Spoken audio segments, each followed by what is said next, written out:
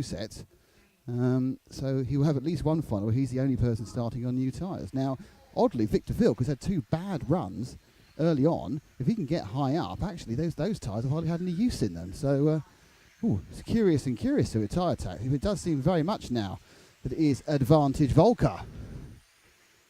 So, as we now move on to the top heat of Formula Racing. So give me a second, I'm going to change microphones and change modes.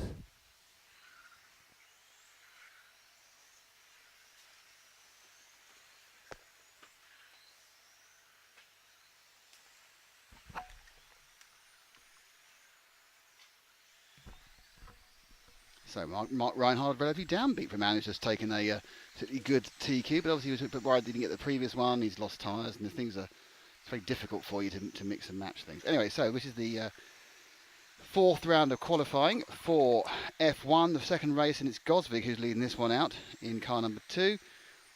We have on camera car number 3 of David Abar and Gosvig. So we are with Gosvig at the moment. So Rathesky, who was the pre-race favourite, is again mired down in the middle of nowhere. So this is going to be an interesting. I think this could be one of the most interesting finals of all. There's 3 cars here who theoretically can go very quickly. Rathesky's not put in a good performance so far today. Abar's just had a nightmare somewhere. I think he's dropped off entirely, has he? We've lost Abar. So Abar's had a big crash off camera, and we've lost Abar. So that's the man who's done well in a couple of the heats. He's now dropped right back on that one. So Abar's last lap was a 29, so he's definitely out of the running now. So it's Gosvig and Webber. So Herbert Webber, who in the 6th we've not heard of before. Let's see if we can find Webber in the 6th. He's about halfway around the track.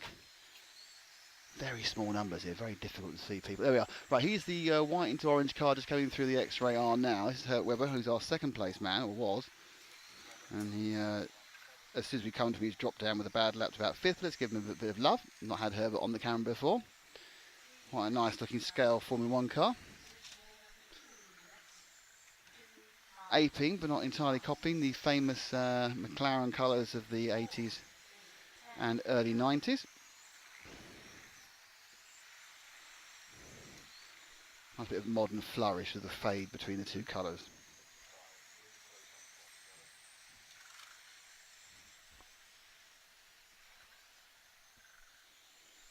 So Martin Hoodie now has hopped into 2nd. Rathesky also fighting up into reasonable points. Steve Lander there as well, so it's all quite close. Apart from Gosvig, everyone's close apart from Gosvig, who's 6 seconds faster than anyone else. Mostly because Abar and Veselski, his major challengers, have had a bit of a nightmare.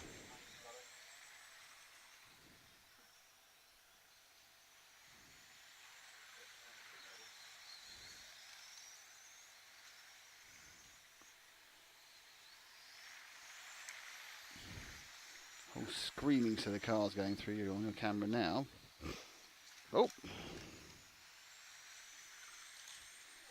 And Abar being at the front of those.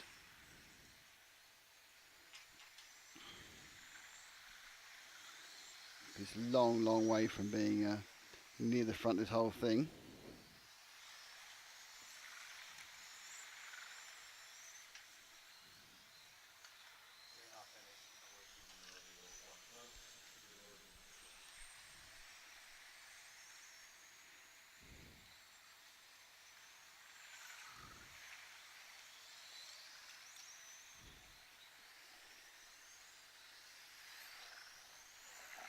So we move forward now to the white cars about to go onto the main straight.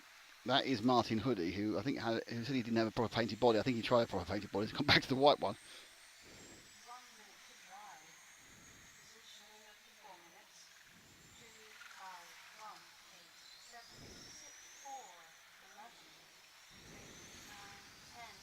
F1 car seemed to have a dispensation. Seemed to have a dispensation only run one car. Oh. Bit unlucky than the last in front for car 8 of Andrei Vanuku. Be good news for everyone else behind him. So Hoodie underneath now, about to turn in for the EFRA section. Ooh, takes a bit of a wheel on the curb.